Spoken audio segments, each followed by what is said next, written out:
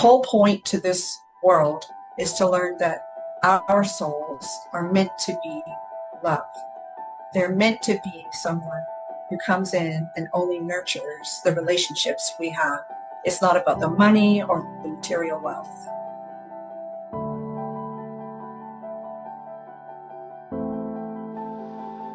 Is there more to our reality than meets the eye? Let's find out. Welcome to episode 1 of the Spiritual Code podcast.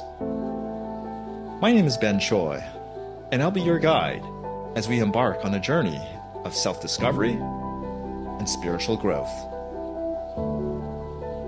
Raised in a family of nurses and shaped by a banking career, for years, I've relied on evidence-based reasoning rooted in math, logic, and history. While science has answered many questions, some experiences have left me seeking more. I'm willing to bet you felt the same. If science doesn't have the answers, perhaps we can find the answers using a different lens, a spiritual lens.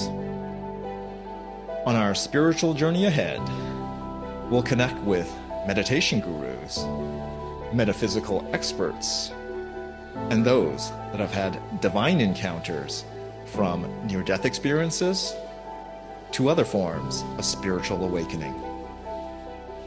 In today's episode, we'll be chatting with a psychic medium who I've known for the past few years. She's demonstrated a high degree of accuracy in the 8 readings that I've had with her. She's also delivered remarkably accurate readings for those that I've referred. Psychic predictions are always fascinating, and we'll get into some of those. But it's her perspective on the spiritual world's foundations that I found most intriguing. This inspired me to bring this podcast to life. Now let's connect with Christine Marie. I am Christine Marie, and I am a psychic medium in Langley, BC. I have been a psychic medium since I was about 4 years old, recognized it when I was 4. I heard people talking in the living room about 2 in the morning, and I got up out of bed. I remember this vividly.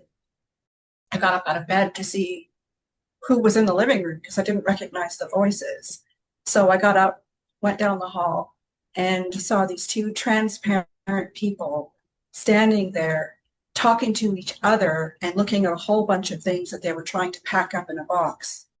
So I kind of just stood there paralyzed watching them for a moment, and then they noticed me, and I quickly backed up. I wouldn't take my eyes off of them because I was afraid. And so, but then when I finally got back to my room, I turned to my bedroom and got into my bed and pulled the covers over my head. And next thing you know, I pulled them down just to see what was going on because I heard them. And they were actually passing right in front of my bed as I took my blankets down. And they went out my bedroom window. That was my very first time seeing them. And from that point on, I saw them fairly regularly, a couple times a week since I was 4. So from there, I grew up. I started to notice things like when the phone rang, I would tell my mother before anyone answered, "Oh, that's Aunt Sue. Aunt Sue's calling." Mom would say, "Let's see." She'd pick it up and it'd be Aunt Sue. What happened all the time, we moved on from there to like gifts. If I got gifts for a birthday, it would be a game for me. And I would pick up the box when I got it and I'd say, "Oh, thank you for the new socks," or "Thank you for the new game." And my mom would go, "How do you know these things?" I didn't know how I knew all these things. It was just something that I knew. I could see it in my head. So I would just shout out what it was, even the color. And from that point on, it went into my teens. And teens were hard because when you're a medium, a psychic medium like myself, I could hear other people's thoughts. And so when I was meeting new friends and whatnot, I could hear what they thought of me.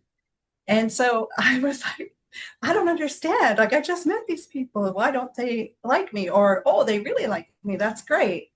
So I learned to segregate myself at an early age. Became a lot more inward, I guess you could call it, and more reserved. And then teenagers, I kind of just blew it up. I just didn't even listen. I heard all the time, but I didn't pay attention until I got into my younger 20s. I started to hear things and it had to do with relationships and stuff. I followed that, went along, my relationship broke up, and then next thing you know, I'm on my own and developing the abilities that I had because the partner I was with didn't allow that. And he wasn't open to it, so I could never do that. But once I was on my own, I developed everything on my own. It took me years of study and practice. And eventually, my guides helped me start my business. So then here I am today. Spirituality and faith.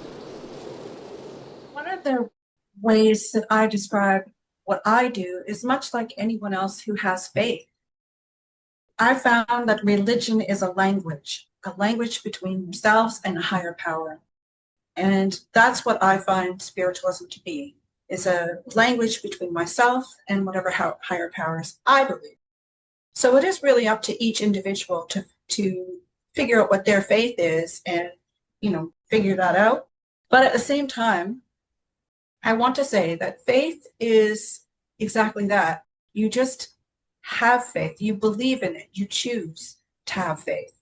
And that's what I've done. And that's what I teach, is to choose to have faith within yourself, but also with others and their own abilities. Spirituality is intangible, obviously, but there has been so much evidence to prove otherwise, to prove that it's actually real. And all I would ask is people to keep an open mind. Spirituality meets science. Actually, what I will say is this. I have come across some that have done scientific experiments on people who are mediums, and what they have found, like actual neurological, they put the hat on with all of the nodes that go on the head. And someone, I believe it was Tyler Henry, did a reading, and they measured what happens in his brain. And I got to tell you, the results were astronomical. If you actually want to be interested in figuring that out, look it up, because there is more scientific evidence now. There just hasn't been discovered about it. They have started, and they will prove that eventually they'll be able to prove that it is actually something that can be tested. Soul contracts. Okay, so a soul contract starts when we are still on the other side, before we come into utero. And we make decisions thousands of years prior, actually, to come up with a plan of the lessons we are meant to learn within each lifetime. We don't just do it for ourselves, we do it in a group of our soul group, so our soul family. And the soul family agrees on what these lessons should be. Then within each within each lifetime, we go through those lessons with our other soul families. Now, the soul contract is meant for us to learn very specific lessons, and we have a set number every time, and we are meant to go through life, trip up a little bit, figure it out, learn those lessons, and hopefully learn those lessons, and then move through to the other side again to do it all over again if we're meant to come back. They're important because it keeps us on track. It teaches us the things we need to know for when we go back. And all of these lessons we learn here, we use in the universe once we leave. And they're actually meant to help us elevate our soul's wisdom for the other dimensions. Now, why we're not allowed to know is a good question. I would love to know. However, if you knew all of the outcomes before you learned your lessons, you probably wouldn't go through them. You'd probably try to avoid them as best you could. So, like if you go down a certain path, you're going to get hurt doing something, you're not really going to go down that path and do that, are you? You're going to choose something else. And a lot of the life lessons that we set up for ourselves end up hurting a little. A lot of them are great. A lot of them are good. A lot of them are meant to be positive. But there are some such as perhaps losing a child when your child is young, or losing a parent young, that are, hurtful to us here as humans. And so therefore, we're not allowed to know those things beforehand. Otherwise, we might not choose to come. And sorry, we might not choose to stay. It actually has I don't want to go down a negative path, but we might not choose to take those soul lessons and learn them. That's an important point, Christine. So again, not to go down a negative path, but from a religious perspective, when there are things out there that, pastors and other people there are trying to explain to their groups, they're like why there are, things suffering in the world. They say like, the God works in mysterious ways, or you could frame that as universe works in mysterious ways. So perhaps the lessons that we're learning, and there are some really hard lessons in certain parts of the world that are happening there. Could we frame this on a spiritual perspective that maybe those were some lessons that maybe those people there they wrote out down in their soul contract they were supposed to learn, and maybe like people that are farther out, that was a lesson for them to observe what's going on, and maybe the next lifetime that maybe they can learn them and then kind of grow from them and not have make those mistakes in the future at a future lifetime. Is I wonder if you had a perspective on that. Absolutely agree with you. That is why we go through it. We definitely have to learn the negative things in order to also learn the good. And there are reasons that those people that do the negative things are meant to do them as well. The soul's journey. Yeah, the journey is incredible. We start out as what I refer to as a young soul, so somebody who hasn't learned anything yet. We go through a lifetime to learn certain lessons several times on Earth, as many times as we wish as a soul person, as a soul, as our soul family agrees to, as in our contracts. And so with each life, we learn wisdom. We learn how to interact with the world. We learn how not to be selfish. We learn how to be giving, loving, all of these things. And so if you're a young soul, let's say when I refer to a young soul, it means they've only lived one or two, maybe up to 4 lives. And what that means is that they haven't learned enough about what this world is truly about, which is the end stage, really, of our soul, learning all these lessons. And so we have to come back into it again. So each time we come, we're learning a little bit more. Think about it like babies coming in, then young kids coming in, and then teenagers coming in, and then young adults coming in, and then elder, middle-aged adults coming in, and then elders. And the more times you come, the more you learn, the more wisdom you gain, to figure out in the end is to take it with you to the other side and elevate your soul there. What I would say is this: when you meet someone who makes a lot of mistakes in their life, seems to fall, seems to come over a lot of obstacles all the time, can't figure out why, they're a young soul, especially the ones that play victim. Not play victim, they feel they're a victim. And it's because they haven't learned how to take care of themselves better. That would be a younger soul, someone who makes a lot of mistakes with money or, family relationships, younger souls. And then as we gain the wisdom, we learn that family, love, the whole point to this world is to learn that our souls are meant to be love. They're meant to be someone who comes in and only nurtures the relationships we have. It's not about the money or the material wealth. So eventually we learn all that, and that could take up to 50 lives. And we go through each lifetime with our soul family members. And soul family members can take different roles in each lifetime. So at this point, you could have a mom that's your soul family in this life. Last time she could have been your daughter or your sister, and so on. And we all go through these together.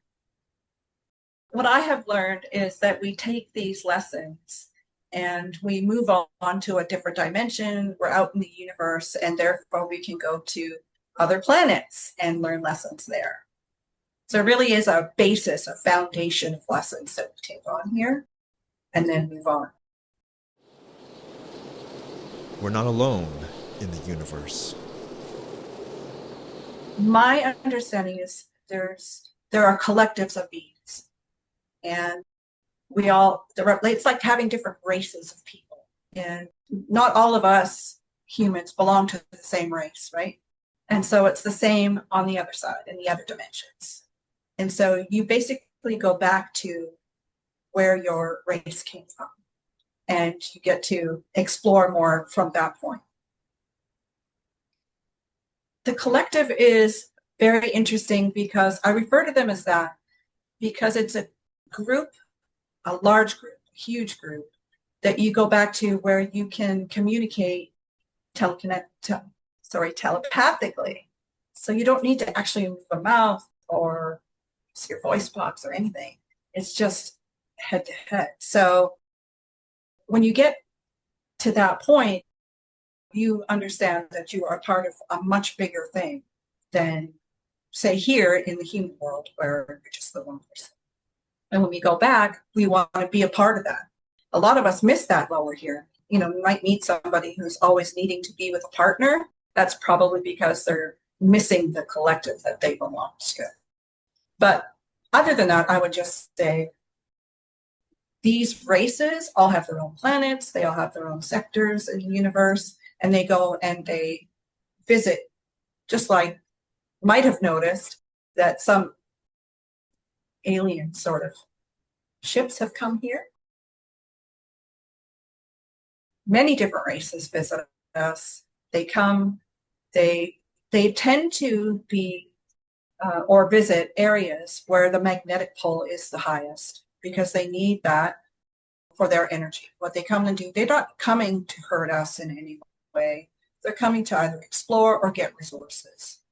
And so I am aware of at least 3 different, I guess, races you could call them, that come and get resources and then take off. There have been, like Roswell, for instance, that was definitely real. However, I guess the UFO thing, what people thought might have been UFOs or drones or whatever that happened a while ago, not too long ago, but a while ago, that was just the US government testing out some of their technology. The others, most of them, the races that come, the aliens that come, they try to go to the north or south or like mid-America, but also Russia. So I know they don't come to take people or hurt people. They just come to explore. They come to see. They come to get the resources they need, and then they're out of here. There's actually a place, I think it's in Arizona, they go quite often. Yes, we will eventually accept that there's life outside of our planet, and eventually that will be something that's more acceptable. However, I will say we will probably not see that in our lifetime. We will probably have to wait another 100 to 200 years before that's something that is acceptable to many. Psychic abilities. My experience and what I've learned through the work that I've done is that there are many, many humans who are born without any sort of intuitive ability at all. They're the younger souls. You don't get this real intuitiveness until you've been here on Earth for a while. Sorry, I should mention a few lives. And so what happens is you eventually gain enough wisdom to be open. So to have your soul be more open to being intuitive as you evolve. And then, so what you're going to find is that, like you mentioned, there are different levels of intuitive ability. So, some people just have inklings. That's because I would say they're like in the teenager stages of their lives here, or some of them, like myself this time, who come in and have lived many, many lives, over 10 at least, where they're more open to being, like their chakras and everything will be more open to receiving. See, abilities come from the use of the actual body that we're in. So the soul can do whatever it needs to with this body, and the chakras are part of the body. So when we're born, somebody who has strong abilities will have all their chakras open, and it's like a magnetic light that shines beyond, which then encourages the other side to interact. And then you have those like you mentioned that only have inklings of things. They are going to have some ability, they're not going to have all abilities. There are at least 8 psychic abilities, and I myself have learned that I have 7 out of 8 this life go around. And there's a lot of people who only have 2 maybe. So we use those to the best of our ability in each lifetime. The more intuitive you are, the more drawn to someone like me you'll be. So the more you'll want to learn about the universe, the more you'll be open to it, and the more you'll want to find out, what's out there and maybe even what you can do with it.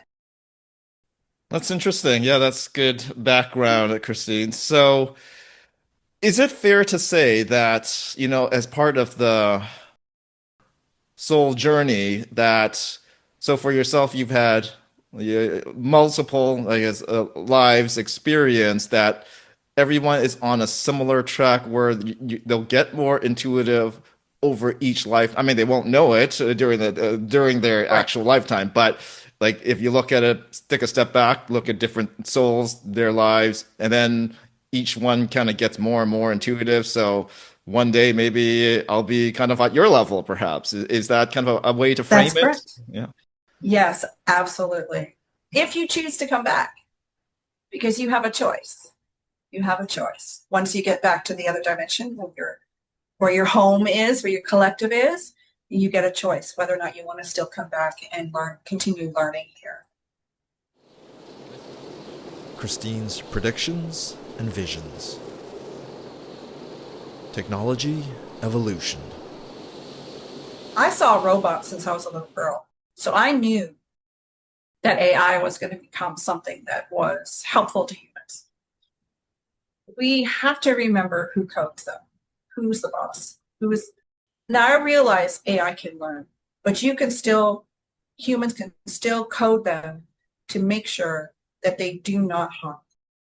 And I've never seen a vision or not one reading over the last 18 or more years where AI becomes something negative. It is only meant to improve our lives, and it will improve our lives.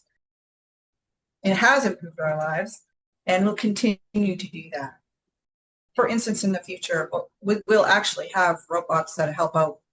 I mean, distant future, but we will have robots in our homes where they help out with all the chores. And we'll also have hover cars and flying cars. Seen that since I was little. So those kinds of things are going to be amazing. And then also, we're going to have eventually, some sort of chip where, yes, it'll be, I don't know, I just see it, not just glasses, but something we can put on our temple or something. And we can see all of our, like our phone, but right in front of us. It's kind of weird. You can open apps and everything. We've kind of seen it in media, but not quite.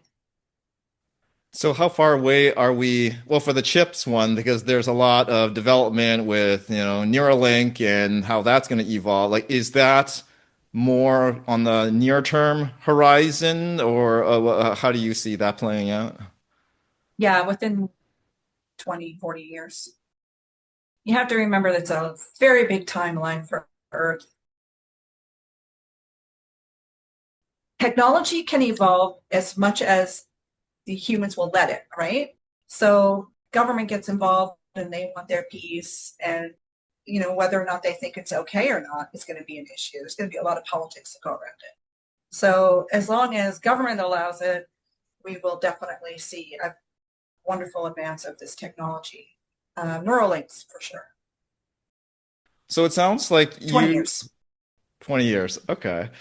So it sounds like you're very comfortable. You don't have any real concerns of a negative evolution of the artificial intelligence that we should be feel comforted that and not have to worry about this thing going rogue or anything. Are you fairly certain in your sense of that? Absolutely. I've never seen I've never seen it. I've been told by my own guides many times AI will only do what humans program it to do. Even if it learns, there will be fail safes to prevent that. And I don't care what movies and media and people, come up with their conspiracy theories. In the end, it's code. And my guides have assured me over and over and over again that there's nothing to worry about. All right, you heard it here first. Okay, all right. Okay, that's great. So, technology is kind of like a vision of the future for us, but I guess also like there's some technologies of the past, perhaps that have wide-ranging implications. And one of the things that the learnings over this year is like we've had this thing called LiDAR technology to discover some, findings from the Giza Pyramids over in Egypt that there's more than meets the eye underneath the pyramids. So, on this item there, I wondered if you could just ask your guides and tell us a little bit about like if that is a legit thing. There is stuff, whether there is stuff underneath the Giza pyramids, like these big pillars, caverns, and other structures, and some thought that maybe like what was the purpose behind these structures, and what were the purpose behind the pyramids. We've heard all sorts of things, whether it's like a power plant, it's a transportation hub kind of device, or yeah, what are your guides? It could tell us about the pyramids and maybe all the other pyramid-like structures around the world, not just in Egypt, but in the Mayan temples, if they're all kind of connected. They are actually, because they were all constructed by some sort of alien tech or help. And we're going back, obviously we're going back a lot of years. And so what I understand is, yes, there's stuff underneath the pyramids. I've known that for a long time. Those tunnels and everything were created so that aliens could move about without being seen. And so they created these. They created the pyramids as well. The pyramids were created for communication reasons and for, obviously hiding themselves.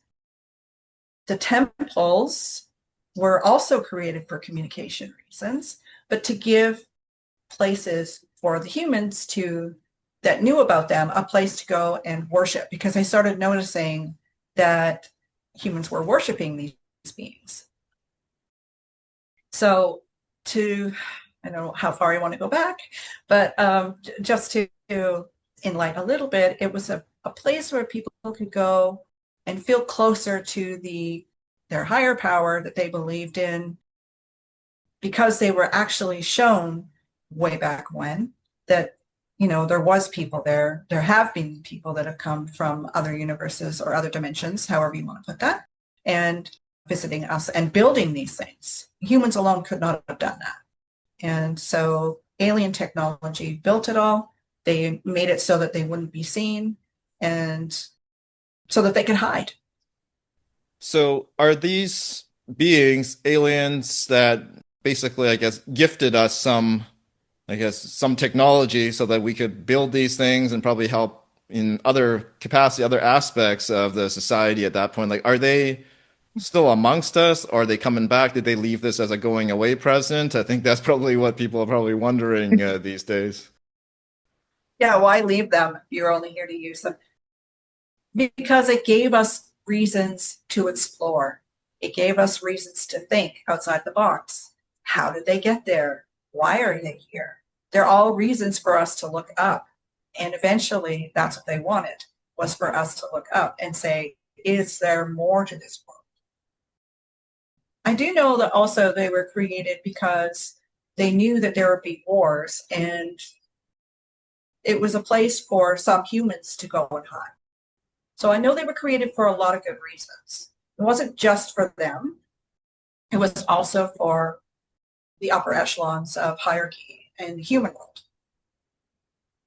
You said maybe we would meet, other beings like maybe in 100 years or so. Would it be these aliens beings that we would see in 100 years or so, or it would be completely different ones because then we're ready to see them again because we're evolved beings at that Yeah. point? Or...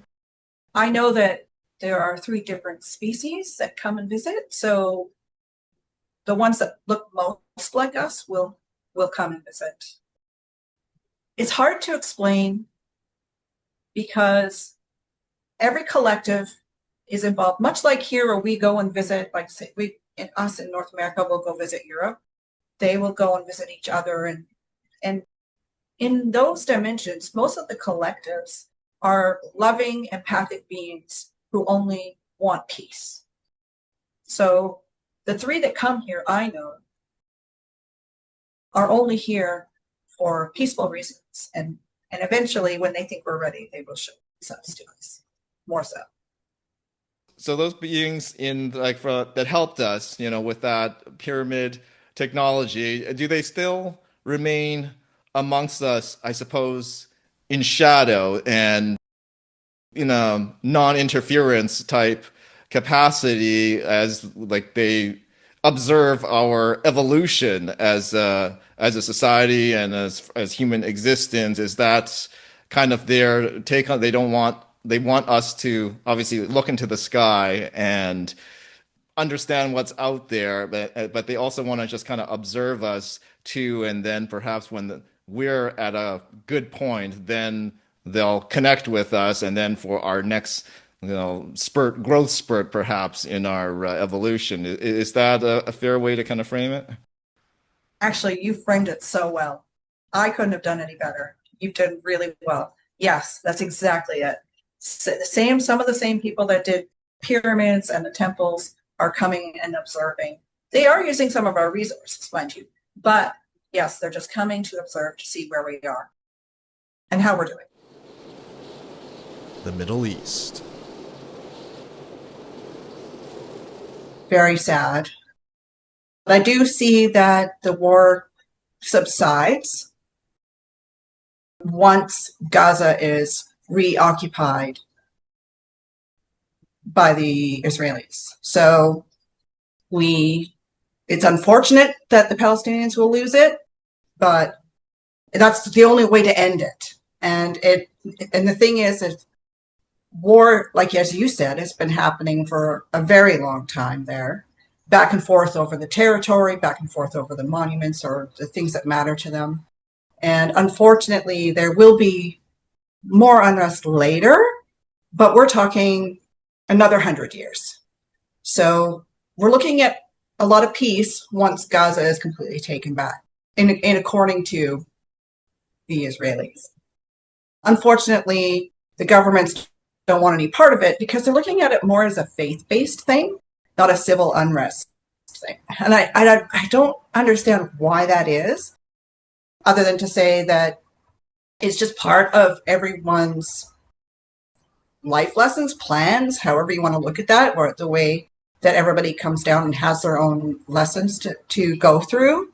Unfortunately, the unrest between them is going to continue because then I see, like, much later in life, our grandkids might see it, which is, for the the Palestinians try to take it back. But that's much, much later. Right now, they're just going to pretty much give it up, and because they have to, and they just don't have the stance or the power to really fight it off for as long as the others can. And so, unfortunately, it will go to them.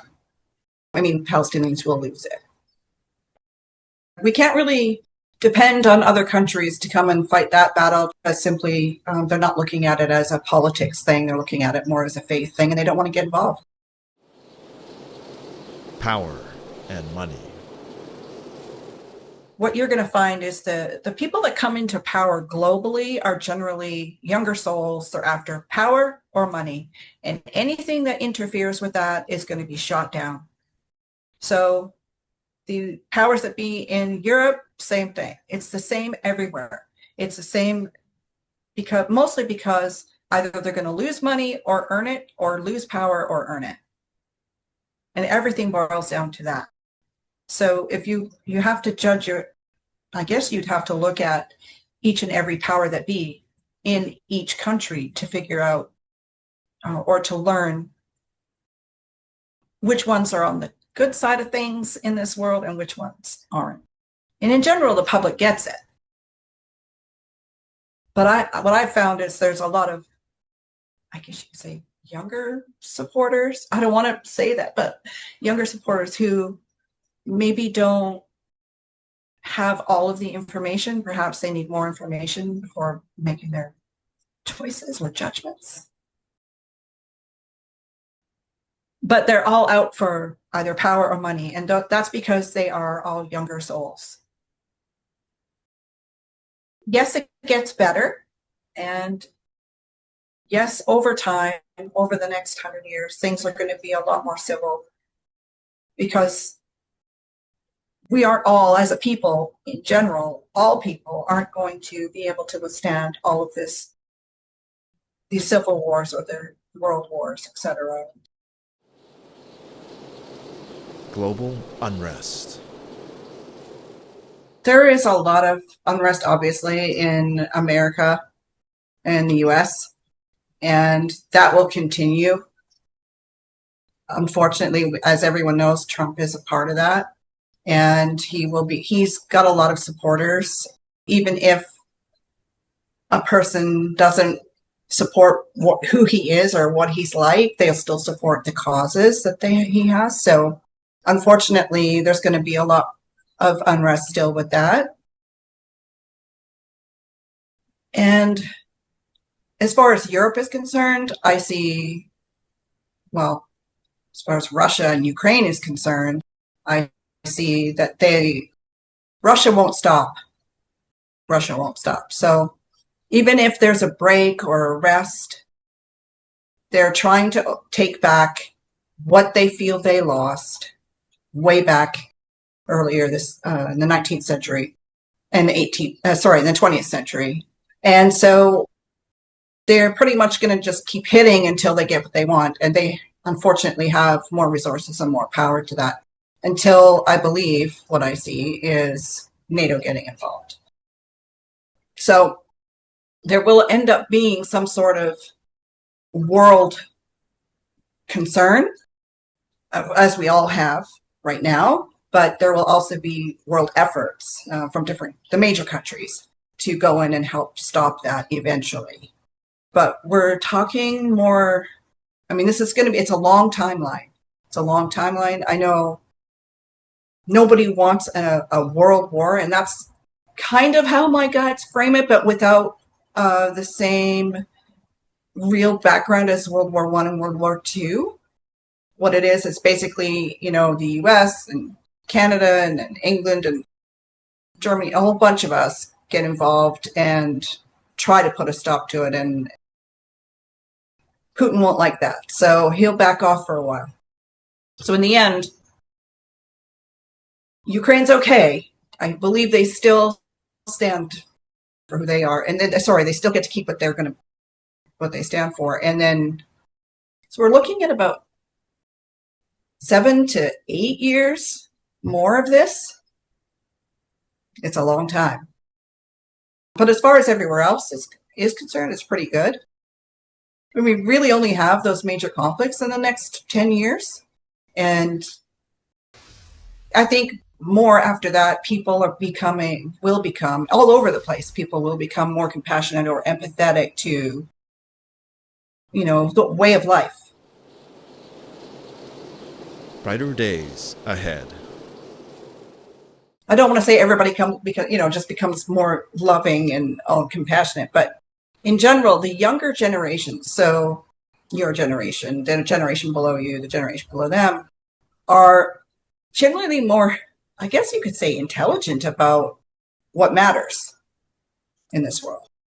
And they're not willing to put up with what the government says. They are saying, to themselves, why? Why do we have this? Or why do we have that? Is this good for us? And do we have to take it? And I see that there's a lot more people standing up and trying to protest and things like that, but not in a bad way. just standing up for themselves, voting better, and generally learning for and doing what's best for themselves. So in other words, they lean less on wealth because everything boils down to money for most people when it comes to this stuff. And so I know that's a very basic way of boiling it down, but it's either love or money, really. And people generally want to be prosperous and have material wealth.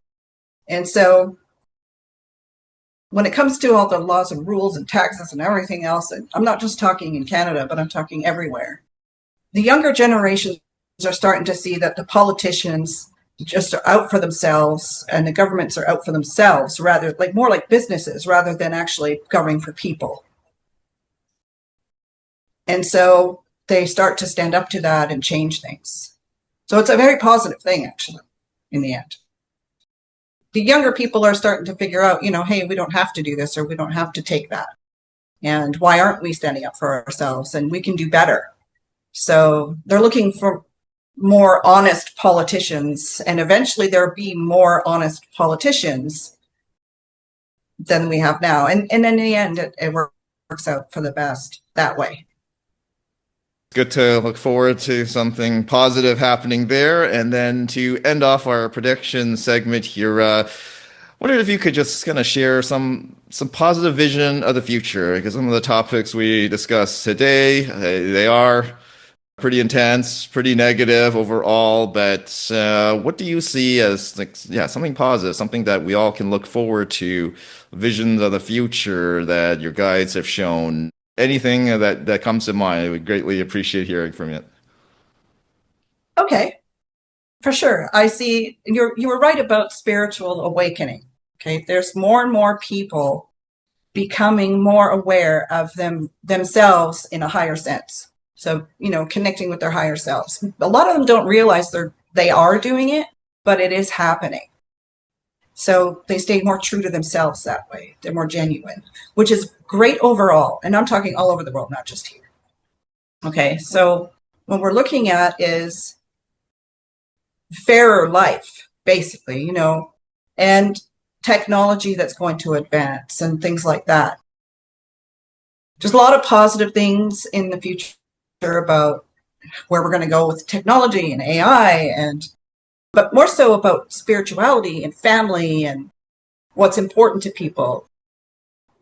For so long, people have always been wealth, wealth, wealth. And, it's true, we all need money, but in the end, because of this spiritual awakening, because more people are willing to be open to it and willing to be more compassionate and empathetic, things become better in the later future. So it's an evolution of time, and it is a long period, but at the same time, we've got to start somewhere. And so that in itself is a very positive thing. The meaning of human existence. Okay, so this is such a big question. I do get it fairly often. But the truth is, it's a very simple answer. Love. We need to learn how to be open and loving with each other. Not fighting, not arguing, not judging. We are here to learn how to openly love, unconditional. And once you get to that point, you don't have to come back. Christine's mission. To the best of my knowledge, my mission is to help those who don't seem to be able to help themselves in this world, but also want the help. Okay, so I'm here to help you, guide you in your mission or your lessons while you are going through them. And if I can manage that, which I'm hoping doing, then it helps give you a better existence here. You learn more from those lessons, and then therefore you can move forward in your next life if you choose to do that. So yes, I'm also here to help educate those who might be more skeptical that there really is abilities. People do have abilities. They are real for some.